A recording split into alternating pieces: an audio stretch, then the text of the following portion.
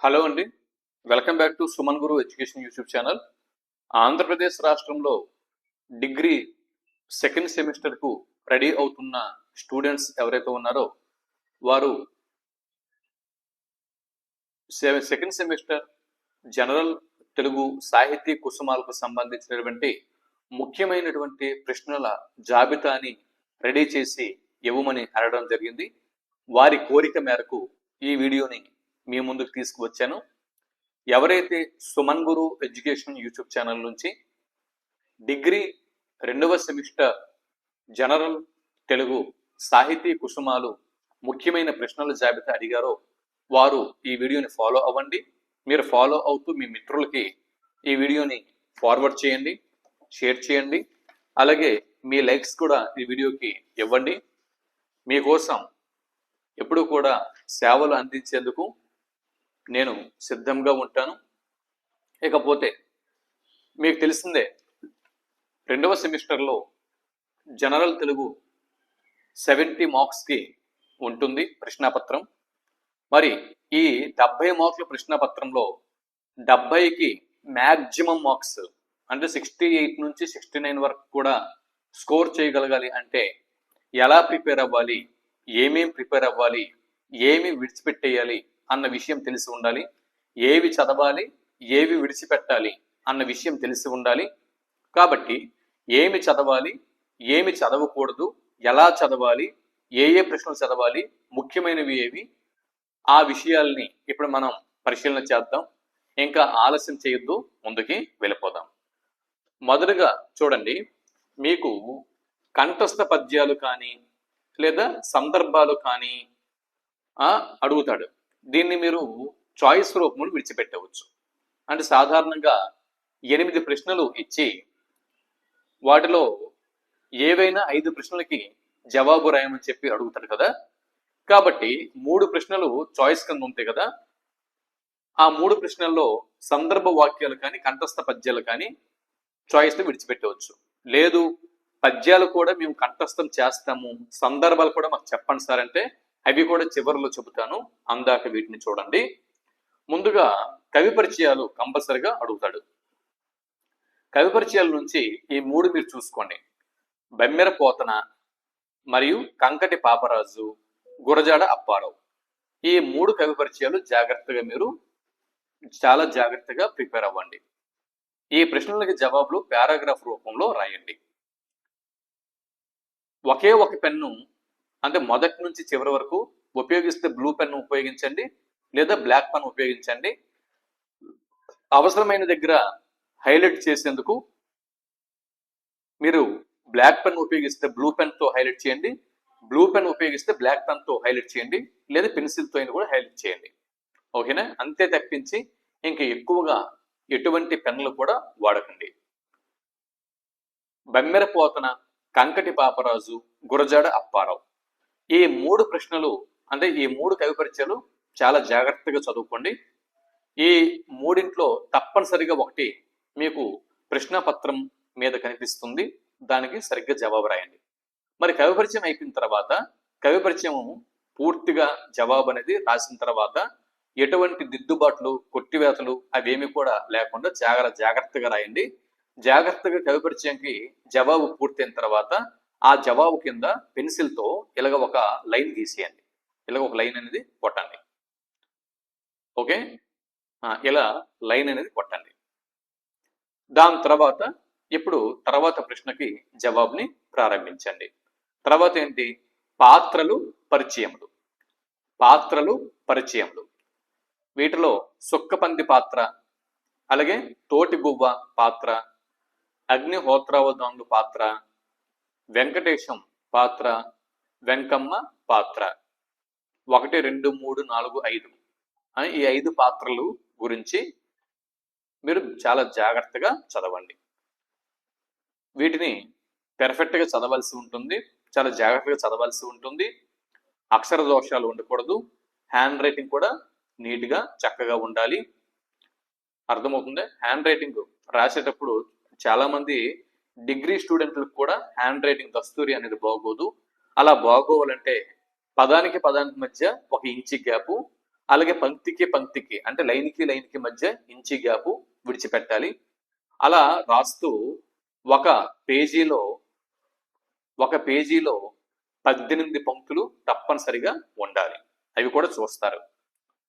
కాబట్టి ఇక్కడ ఒక పేజీకి మీరు రాసే జవాబులు ఏవైతే ఉంటాయో ఆ జవాబులు, సైడ్ హెడ్డింగ్స్, జవాబులు అన్ని కలిపి 18 లైన్లు తప్పనిసరిగా ఒక పేజీకి ఉండాలి.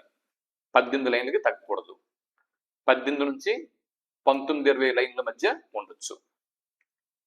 కాబట్టి ఈ విధంగా సుక్కపంది పాత్ర, తోటి గువ్వ పాత్ర, అగ్నిహోత్రవదనులు, వెంకటేశం, వెంకమ్మ ఈ 5 పాత్రల్లో తప్పనిసరిగా ఒక పాత్ర అనేది మీకు ప్రశ్నాపత్రం మీద ఎగ్జామినేషన్ హాల్లో కనిపిస్తుంది. ఈ 5 ఒకటి కంపల్సరిగా వచ్చేస్తుంది. ఈ పాత్రని చక్కగా రాసిన తర్వాత దాని కింద పెన్సిల్తో ఇలా ఒక లైన్ అనేది స్కేల్ పెట్టి గీయండి. ఓకే, అయిపోయింది కదా. ఇప్పుడు చిన్న ప్రశ్నలు అడుగుతాడు. 3వ ప్రశ్నగా చిన్న ప్రశ్నలు అడుగుతాడు. ఈ చిన్న ప్రశ్నల్లో ఏమేమి చదువుకోవాలి మాస్టారు అంటే చూడండి.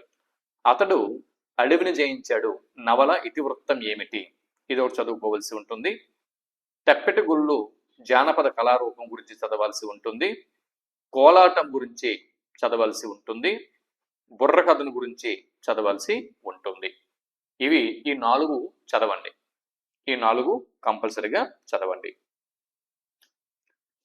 ఈ 4 చదివితే సరిపోతుంది. వీటిలో ఏవైనా 3 ప్రశ్నలకు జవాబులు రాస్తే సరిపోతుంది. ఓకేనా? ఇవి తప్పనిసరిగా చదవలసినటువంటి అంశాలు. దాని తర్వాత ఇక్కడ కేశవరెడ్డి రచనా శైలి కూడా అవసరమైతే చదివేసుకోండి. 5వ ప్రశ్నగా ఈ 4 ప్రశ్నలు చదవండి, సరిపోతుంది. సో ఇక్కడ చిన్న ప్రశ్నలు అంటే అతడు అడవిని జయించాడు నవల ఇతివృత్తం ఏమిటి? ఈ ప్రశ్న వచ్చిందనుకుందాం. ఈ ప్రశ్నకి మీరు జవాబు రాశారు. సో ఈ ప్రశ్నకి జవాబు అయిపోయిన తర్వాత కింద అండర్లైన్ అనేది కొట్టేయండి. ఇలాగా పెన్సిల్తో ఒక లైన్ అనేది ఇలాగా కొట్టేయండి. తెప్పెటి గుళ్ళు జానపద కళారూపం, అలాగే కోలాటం, బుర్ర కథ వీటి చదవండి. ఇలా వీటిలో ఏవైనా 3 ప్రశ్నలు కంపల్సరీగా మీకు వచ్చేస్తాయి. తర్వాత అలంకారాలు. అలంకారాల్లో అర్ధాలంకారాలు ఉన్నాయి, శబ్దాలంకారాలు ఉన్నాయి. అలంకారాలు ఇవి అర్ధాలంకారాలు, ఉపమాలంకారం గురించి చదవండి, ఉత్ప్రేక్ష అలంకారం గురించి చదవండి, రూపక అలంకారం గురించి చదవండి, అర్ధాంతరన్యాస అలంకారం గురించి చదవండి. ఈ 4 అలంకారాలతో పాటు ఇంకా మీరు చదవగలిస్తే గనక ఉత్ప్రేక్ష అలంకారం, శబ్దాలంకారాల నుంచి ఉత్ప్రేక్ష అలంకారము, చేకానుప్రాసము, లాటానుప్రాసము, అంత్యానుప్రాసం. ఓకేనే, వాటిని కూడా చదవండి. ఇక్కడ అర్ధాలంకారాల నుంచి ఉపమాలంకారము, ఉత్ప్రేక్ష అలంకారము, రూపక అలంకారము, అర్ధాంతరన్యాస అలంకారాలు చదువుతారు. అలాగే ఇవి సరిపోతాయి. వీటి నుంచి ఉపమాలంకారం కానీ, ఉత్ప్రేక్ష అలంకారం కానీ, రూపక అలంకారం కానీ ఈ 3 ఏదో ఒకటి వచ్చేస్తుంది. లేదు మాస్టర్ మీరు చదవగలం సార్, ఇంకా మరికొన్ని అలంకారాల గురించి చెప్పండి అంటే మీరు ఉత్ప్రేక్ష అలంకారం, చేకానుప్రాసము, లాటానుప్రాసము, అంత్యానుప్రాసము ఈ అలంకారాలు, వీటితో పాటు యమకాలంకారం అవి కూడా చదువుకోండి. అవి శబ్దాలంకారాలు, ఇవి అర్ధాలంకారాలు. కంపల్సరిగా ఈ 4 ఒకటి వచ్చేస్తుంది మీకు. ప్రశ్నాపత్రం మీద తప్పనిసరిగా ఈ 4 ఒక అలంకారం అనేది ఉంటుంది. ఓకే, ఉపమాలంకారం గురించి అడిగినప్పుడు ఉపమాలంకారము దాని యొక్క నిర్వచనం రాస్తారు, ఒక ఉదాహరణ ఇస్తారు, 1 లేదా 2 ఉదాహరణలు ఇస్తారు. ఇచ్చిన తర్వాత వాటిని సమన్వయం చేస్తారు. సమన్వయం చేసి ఉపమేయం, ఏది ఉపమేయం, ఏది ఉపమానము, ఏది ఉపమావాచకం, ఏది సమాన ధర్మం, వాటిని గుర్తించాల్సి ఉంటుంది. ఓకే, ఇవి మీరు చదవలసినటువంటి అలంకారాలు. ఇక అలంకారము గురించి రాసిన తర్వాత దాని కింద పెన్సిల్తో ఒక లైన్ ఇలాగ గీస్తారు. తర్వాత ఛందస్సు, ఉత్పలమాల, చంపకమాల, శార్దూలం, మత్తేపం, కందము ఈ 5 ఛందస్సులు చదవండి.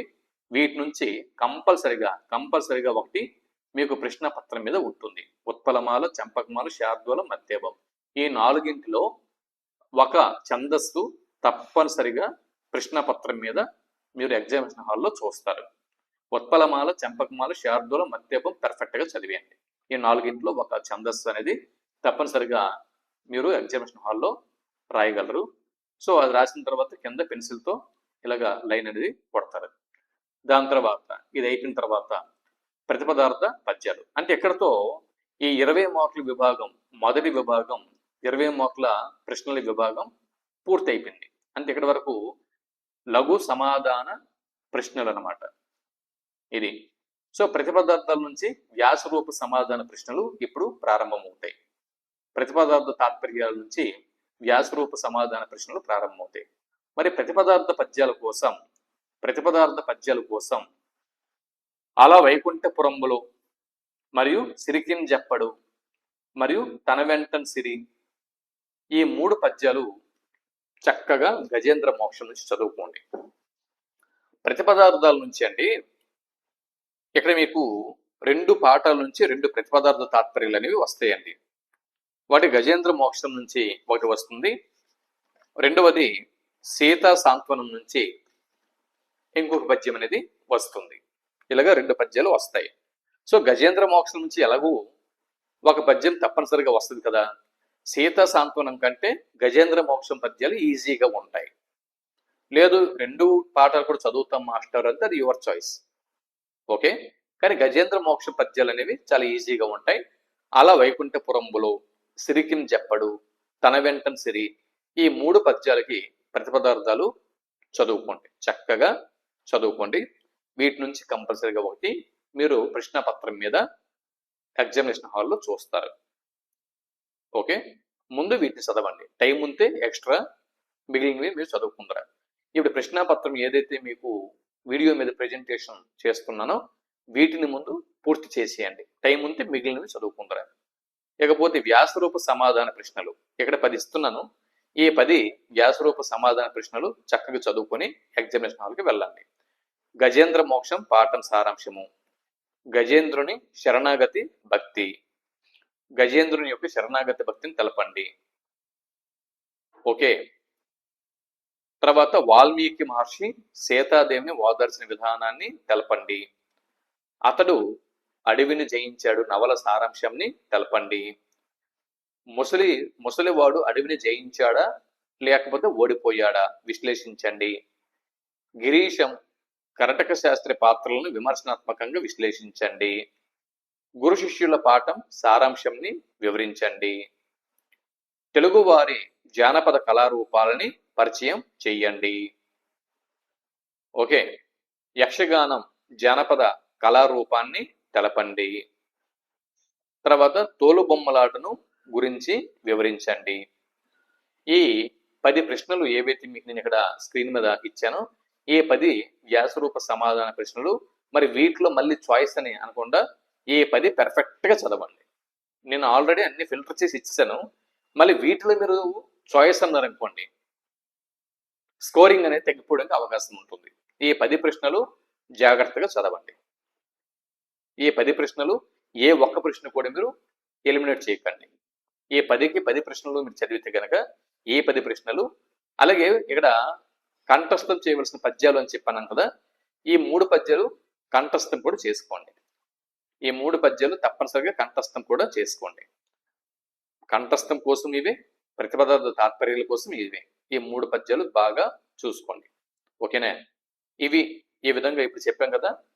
విద్యార్థుల కోరిక మేరకు డిగ్రీ 2nd సెమిస్టర్ ముఖ్యమైనటువంటి ప్రశ్నల జాబితా అనేది జనరల్ తెలుగు సాహితీ కుసుమాల నుంచి మీ ముందు పెట్టాను. వీటిని జాగ్రత్తగా చదువుకోండి. వీటిని చదువుకొని ఎగ్జామినేషన్ హాల్కి వెళ్ళండి. All the best. మీరు ఎగ్జామ్ రాసిన తర్వాత రాసి ఊరికి ఉండిపోవడం కాదు, మళ్ళీ వచ్చి ఇదే వీడియో కింద మీరు కామెంట్స్ రూపంలో మాకు చెప్పండి. నేను ఇచ్చినటువంటి ఈ ప్రశ్నల నుంచి ఎన్ని ప్రశ్నలు వచ్చాయి, మీరు సాటిస్ఫై అయ్యారా లేదా, చక్కగా సంతోషంగా ఎగ్జామినేషన్ హాల్ నుంచి వచ్చారా, నేను ఇచ్చినటువంటి ఇంపార్టెంట్ ప్రశ్నలన్నీ కూడా తప్పకుండా ఎగ్జామినేషన్ హాల్లో వచ్చాయా లేదా అన్నది తప్పనిసరిగా మీరు ఎవరైతే వీడియో చూసారో వాళ్ళందరూ కూడా మళ్ళీ వచ్చి ఎగ్జామ్ అయిపోయిన తర్వాత ఈ వీడియో కింద కామెంట్స్ కనుక మీరు రాస్తే తర్వాత మీ తర్వాత జూనియర్స్ ఎవరైతే ఉంటారో వాళ్ళకి ఇవి చాలా యూస్ఫుల్గా ఉంటాయి. వాళ్ళు కూడా వీటిని ఫాలో అవుతారు. మాకు కూడా చాలా సంతోషం. పోనీలే మన వీడియో చూసినందుకు పిల్లలకి మంచి స్కోరింగ్ వచ్చింది, చక్కగా ఎగ్జామ్ రాశారని చెప్పి మేము కూడా సంతోషిస్తాం. సరేనా? వీటిని జాగ్రత్తగా మీరు చదువుకొని వెళ్ళండి. All the best.